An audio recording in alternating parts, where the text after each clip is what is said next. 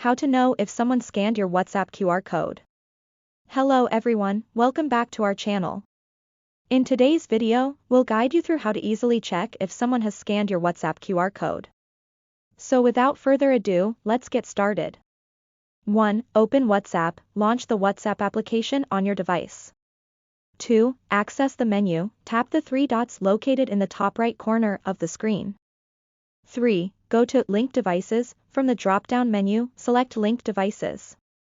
4. Check for linked devices. Here, you'll see a list of all devices where your WhatsApp account is currently logged in. If someone has scanned your QR code, the device they used will appear in this list. If you want to link a new device, tap on Link a Device. Verify your identity using your password, fingerprint, or other security methods. Use the scanner to scan the QR code displayed. And that's it. It's a simple way to check if someone has scanned your WhatsApp QR code. If you found this tutorial helpful, don't forget to like the video and subscribe to our channel for more such tips and guides.